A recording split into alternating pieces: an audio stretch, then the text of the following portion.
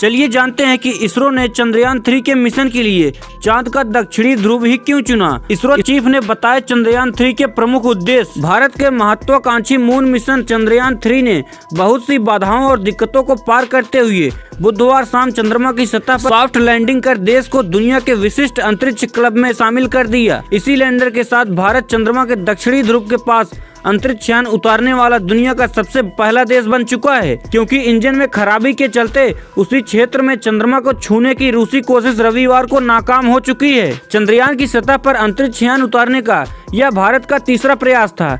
इससे पिछला यानी कि चंद्रयान 2 सितंबर 2019 में चंद्रमा पर लैंड करके दुर्घटनाग्रस्त होने के बाद आंशिक विफलता के रूप में प्रतिबंध हो गया था। एस सोमनाथ ने बताया कि चूंकि चंद्रयान 2 की हार्ड लैंडिंग हुई थी, इसलिए वे कुछ भी रिकवर नहीं कर सके थे और चंद्रयान 3 के लिए उन्हें सब कुछ एक नए सिरे से शुरू करना पड़ा था। उन्होंने ये भी कहा था कि इसरो को कोविड-19 महामारी की वजह से काफी नुकसान भी हुआ था।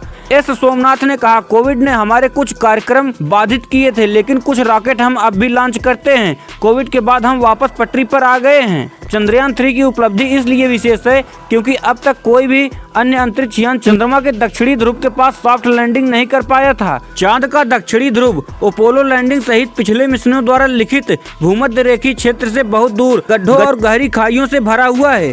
चंद्रयान 3 मिशन के निष्कर्ष चांद पर स्वाभाविक रूप से मौजूद बर्फ के पानी के बारे में जानकारी को बढ़ा और विस्तारित कर सकते हैं, जो संभवतः चंद्रमा के सबसे अमूल्य संसाधनों में से एक है। 6 पहियों पर चलने वाला रोवर अगले 14 दिन तक चंद्रमा की सतह पर विभिन्न प्रकार के प्रयोग करेगा।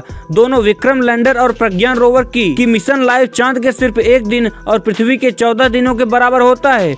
एस सोमनाथ ने बताया कि चंद्रमा 3 का समूचा हिसाब किताब चंद्रमा के दक्षिणी ध्रुव पर या दक्षिणी ध्रुव के आसपास उतरने के लिए ही था और दक्षिणी ध्रुव पर बड़ी तादाद में वैज्ञानिक संभावनाएं हैं जो चंद्रमा पर पानी को और खनिज को उपलब्ध कराने के संबंधित में हैं। उन्होंने यह भी कहा कि ऐसे कई अन्य भौतिक प्रक्रियाएं हैं जिनकी वैज्ञानिक जांच होनी चाहिए। हमारे 5 उपकरण इस क्षेत्रों की खोज के लिए ही लक्षित हैं। उन्होंने यह भी कहा कि ऐसी कई अन्य भौतिक प्रक्रियाएं हैं जिनकी वैज्ञानिक जांच करना चाहेंगे। तो गाइस, हम आशा करते हैं कि आप ये समझ चुके होंगे कि चंद्रयान 3 के मिशन को चंद्रमा के दक्षिणी ध्रुव पर ही क्यों लॉन्च किया गया था।